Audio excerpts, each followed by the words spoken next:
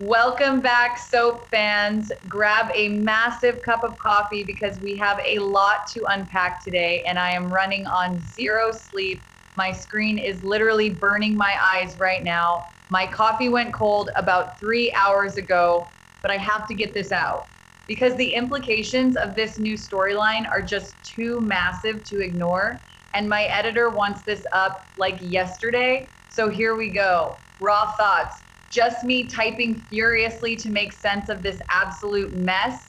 Steffi Forrester called security at Taylor Hayes' building and had Sheila Carter banned. That should have been the end of it. We all thought that was going to be the end of it. Steffi did the smart thing for once. She got on the phone.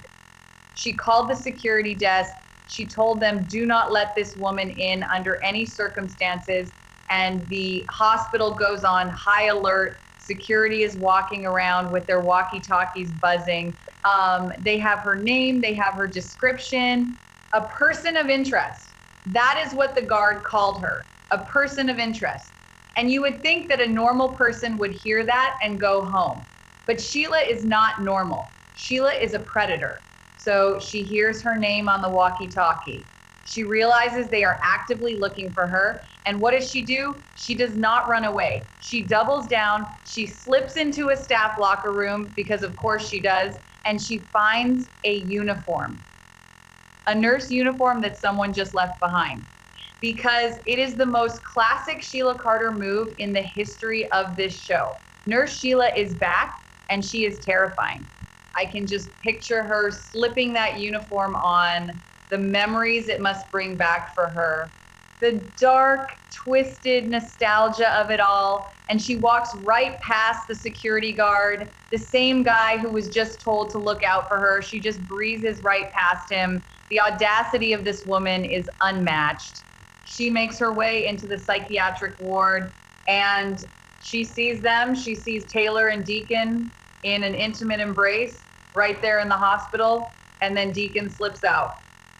He puts on his little sunglasses and he sneaks out so nobody will notice him. The absolute cowardice of it. He leaves his secret lover alone in her office. He thinks he is so slick, but it is already too late because Sheila saw everything. And now she is in the office. She walks in and calls herself Nurse Carter. Are you ready to take your medicine, Taylor? That is what she says. It gives me absolute chills just typing it. She is now screaming in Taylor's face. She is demanding to know if Taylor is sleeping with Deacon Sharp. She is slamming her hands on the desk. She is knocking over framed photos. The office is getting trashed. And the What Is Next preview has Taylor begging, don't do this. Don't kill me, please. That is what she says. It is raw and it is pathetic and it is real. Because when you are staring at the end of your life, all that fancy medical training goes right out the window. You are just an animal in a trap, and Sheila is the hunter. The spoilers say Sheila reverts to old habits, and we all know what that means. Old habits for Sheila Carter means someone is not walking out of a room, someone is going to die.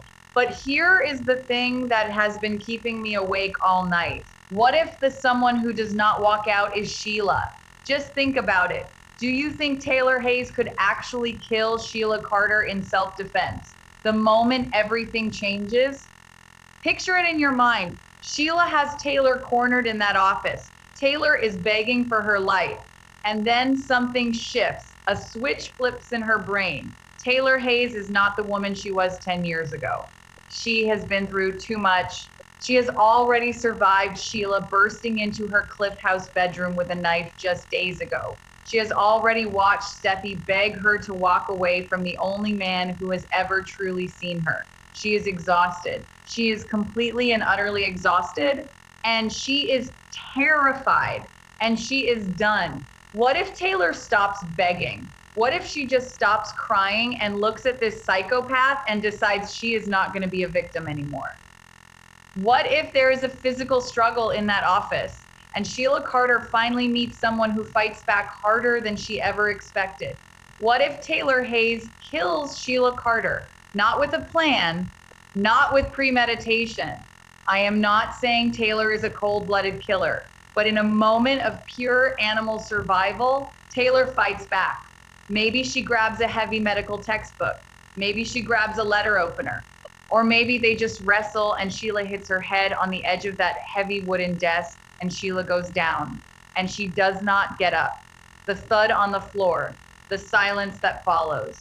I can see it so clearly. Taylor standing there breathing heavy, looking down at the woman who has terrorized her family for decades, the woman who shot her daughter, the woman who is married to the man she loves, dead on the floor. And here is where this theory becomes absolutely nuclear, because the death is only the beginning. The part where everyone becomes guilty is what is going to drive the next 5 years of this show. Taylor Hayes has been conducting a secret affair with a married man. And there is a whole list of people who knew about it. Hope Logan knew. Deke Sharp knew. Steffi knew. Deacon knew. They all knew the danger. They all knew exactly what Sheila was capable of. Steffi had Sheila banned from the building specifically because she was terrified of this exact scenario. She has been screaming at her mother for months, warning her that this affair would get her killed. Hope and Deke spent entire scenes sitting around worrying about what would happen if Sheila found out.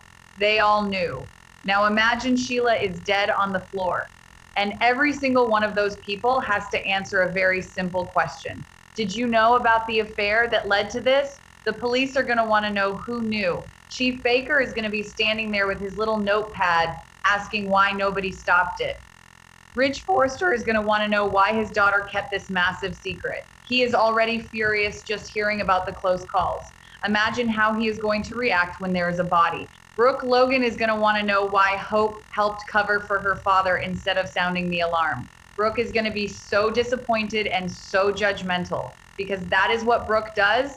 Every single person who protected this secret becomes complicit in the chain of events that put Sheila in that room. They all have blood on their hands in a way. And that is the truly diabolical part of this whole theory. Because what if Taylor does not call the police?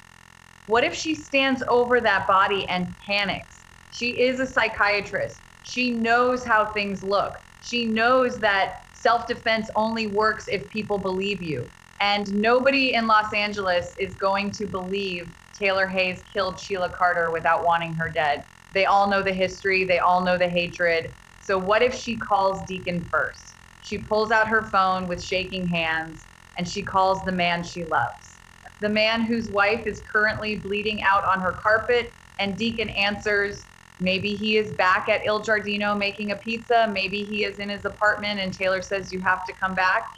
And Deacon comes back. He walks into that office and he sees his dead wife.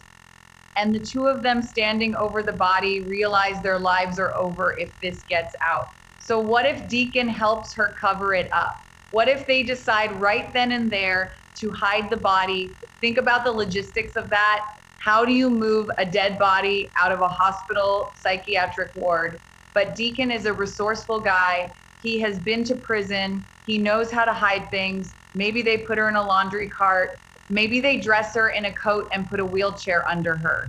It would be insane, but this is the bold and the beautiful. Insane is what they do best. And the ripple effect of this cover-up is going to destroy everyone because Hope is going to find out. She has to find out. And what if Hope has to choose between her father and the truth? Hope has always been the moral compass of this show. She is always preaching about honesty and doing the right thing. But this is her dad. This is the dad she just got back. Is she going to send him to prison for covering up a murder? Hope is going to be agonizing over this. She is going to be crying to Liam, but she cannot tell Liam the truth. So she is just going to be carrying this massive weight. And Brooke is going to notice. Brooke is going to push and push until the truth comes out. And what about Steffi? Steffi is going to figure it out too. Because Steffi knows her mother. She knows when Taylor is lying. What if Steffi has to choose between turning Taylor in and becoming part of the lie? Steffi hates Sheila. Steffi is probably glad Sheila is dead. But covering up a murder is a whole different ballgame. Picture all of them in a room together. Taylor and Deacon and Steffi and Hope, all bound by a secret worse than an affair. a secret that could put all of them behind bars. The tension in that room would be thick enough to cut with a knife. They would all be looking at each other, knowing that any one of them could crack at any second. And then picture Finn. Poor, sweet, naive Finn. He is going to eventually ask where his mother is. He might hate her, but she is still his mother. And he is going to notice she is missing. He is going to start asking questions. And Steffi is going to have to look her husband in the eyes and lie to him. She is going to have to lie to the man she loves about the fact that her mother killed his mother. Let that sink in for a second. Just let it bounce around in your brain. Steffi lying to Finn about Taylor killing Sheila. It is the ultimate betrayal. It will destroy their marriage. There is no coming back from that. Shin would be over, done, finished. And what about the evidence? Picture someone finding the scrubs Sheila was wearing. Because you cannot just throw bloody hospital scrubs in the regular trash. Someone is going to find them. Maybe a janitor, maybe another nurse, and they are going to ask questions nobody wants to answer. The police are going to open an investigation, and Deacon is going to have to pretend to be the grieving husband.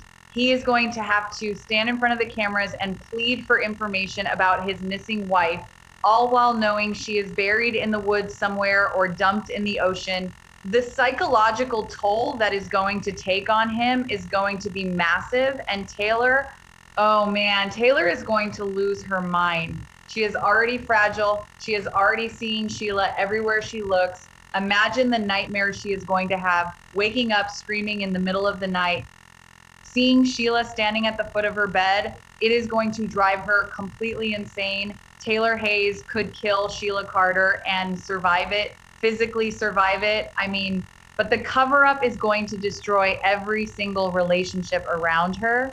There will not be a single person left standing who is not guilty of something. Steffi will be guilty of covering up a crime and lying to her husband. Hope will be guilty of protecting a murderer and an accomplice. Deacon will be guilty of tampering with a corpse and lying to the police. Deacon will be dragged into it somehow. Ridge will be guilty of his usual hypocritical judgment. Rook will be guilty of using this to destroy Taylor once and for all, because it always comes out on the bold and the beautiful. It always has. There is no such thing as a secret in Los Angeles. Eventually someone talks. Eventually someone finds a piece of evidence. Maybe a security camera catches Deacon rolling the laundry cart out to his car. Maybe someone checks the key card logs for the psychiatric ward. And when it does come out, when the truth finally explodes, the affair will be the least of anyone's problems. Nobody is going to care that Taylor and Deacon were sleeping together. They are going to care that they covered up a homicide. I am just sitting here typing, and I cannot stop thinking about how perfectly this aligns with the history of the show. We have seen cover-ups before. We have seen accidental deaths, but we have never seen something with this many moving parts, this many characters who are all completely compromised, and the poetic justice of it all. Sheila Carter, who has survived shootings and falls from buildings and bear attacks, finally taken down by Taylor Hayes in a random office struggle. It is almost too perfect. But the tragedy is what happens next.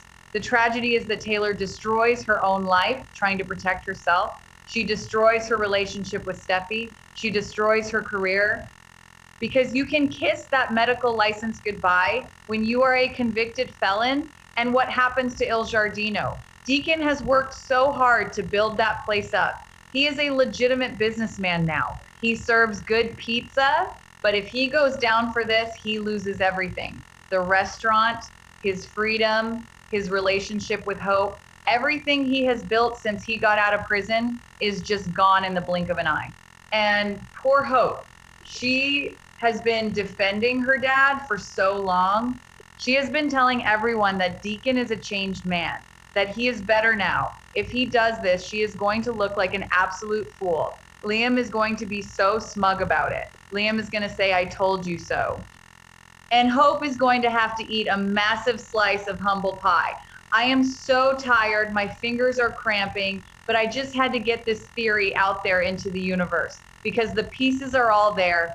the hospital on lockdown, the stolen nurse uniform, the screaming in the office, the begging. It is a powder keg, and someone is going to strike a match. We all know Sheila is unhinged. We all know she is capable of murder, but we underestimate Taylor. We always underestimate Taylor because she is a doctor, because she is soft-spoken, but push any animal into a corner and they will bite. And Taylor is in the tightest corner of her life right now.